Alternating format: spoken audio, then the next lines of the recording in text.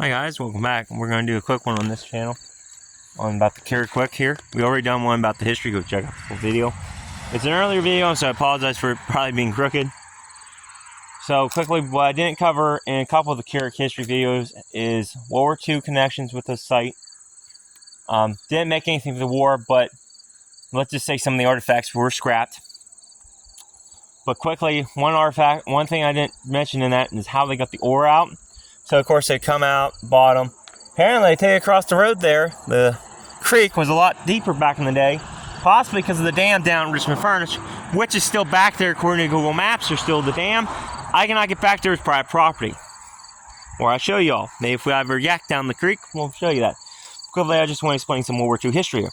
So if anybody knows their history and World War II happened, we needed steel. We needed metal for tanks, armor, guns, whatever they could get. They were even going to scrap piles and taking their scrap. You didn't want to sell to the government, we'll just take it from you. We need it for our war to beat the Nazis, the Axis powers. And that's what they did. And they apparently did not even spare historical sites that were abandoned. I'm not sure if they hit any other historical sites that were occupied at the time, but I do know they hit the Carrick furnace. And if you look on the blower here, and this is the great thing about the rust, it saved this blower. So if you ever come here, be careful, it is a job site. You'll notice bolts are missing. Why are bolts missing out of this assembly here? They're all over the place. There are bolts missing off of this machine. I have a feeling they were torching, blow torching, whatever they could do to try and get the metal off to tear this thing apart.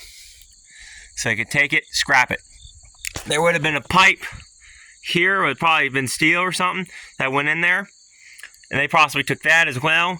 Honestly, there used to be bands, which are laying somewhere on the job site here, that went around this thing. I have a picture on my phone. Maybe I'll show that. They might have took those bands instead of the company, actually. And then if you've seen an old historical photograph of the Carrick, you know there used to be a massive smokestack way up there, which you're going to recreate someday. But you can really see it over here, which I'm going to show you. But what they did, that smokestack collapsed, so it was laying on the ground. They came in, scooped it up, took it away. And if you look at these doors, you'll notice that one still has a door. This one doesn't. This one has one.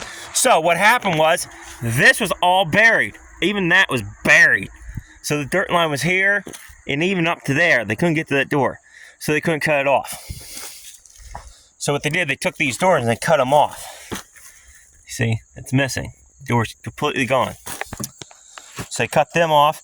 And in fact, in about this pile, right about here, I found a 1930s soda can, 1938 Coca-Cola soda can, like a 32 ouncer.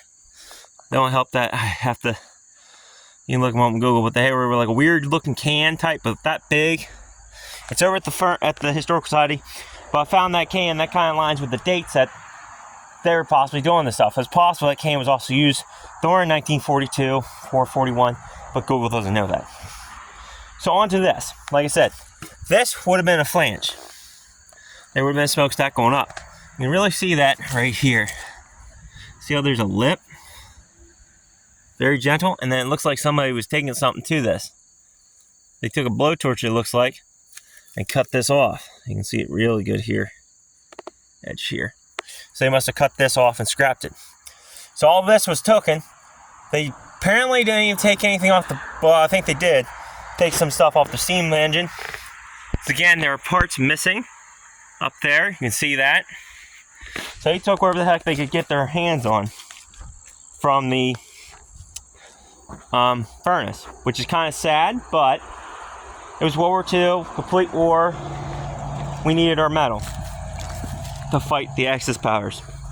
So it's kind of a cool little unknown history of the Carrick and World War II connection. Because this thing did play a role in World War II. God knows how many guns, Abrams tanks, well, Sherman tanks actually. Sorry, Abrams are modern.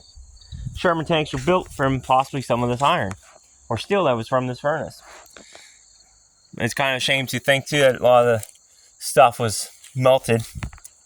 Yeah, actually you can see right there where the blur was and the other thing was gone. So it's quite shameful. But yeah, there's a little connection. Alrighty, guys. Till next time. Stay curious, stay adventurous.